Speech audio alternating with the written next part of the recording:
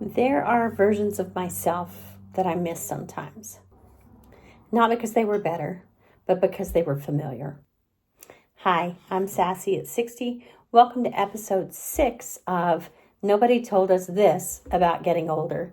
Today we're going to talk about grief and integration and grieving versions of ourselves that used to be. So nobody told us this about getting older. Sometimes the hardest thing isn't letting go of the future, it's letting go of who we used to be. We talk a lot about moving forward, about starting new chapters, about reinvention, but we don't talk enough about what gets left behind, even when the change is healthy. To be honest, there are versions of myself I miss. Not because they were better, but because they were familiar. The version that had endless energy. The version that said yes to almost everything. The version that believed there was always more time. And the version that believed nothing was impossible. Letting go of those versions wasn't dramatic. It was quiet. Nobody tells you that growth can carry with it grief.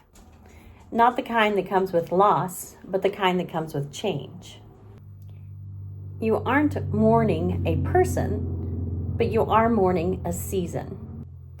You can be grateful for who you were and still be sad that you're not them any longer. That doesn't mean you're stuck. It just means you're honest. It means you've lived long enough to have chapters worth remembering and worth celebrating.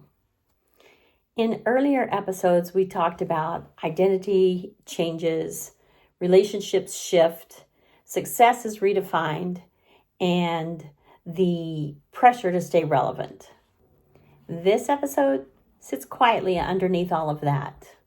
Because before we fully step into whom we're becoming, we often need to acknowledge who we've been. If you've ever felt a wave of sadness that you couldn't explain, if you've ever looked at old photos of yourself and thought, oh, I miss that person, there's nothing wrong with you. You're just integrating your life. What helped me when I had this realization was that those earlier versions of me didn't disappear. They built who I am now. And they don't need to be erased to be honored. Nobody told us this. Honoring your past self makes room for your present self. If you're comfortable, I'd like to ask you something. Is there a version of yourself that you quietly miss? And if so, what did they teach you? You don't need to explain it perfectly. Just naming it can be enough. I'd love to hear your thoughts on that. And in the next episode, we'll talk about something closely related to this. Learning how to live in the present. Not by forcing gratitude, but by making peace with time. I'll see you in the next one.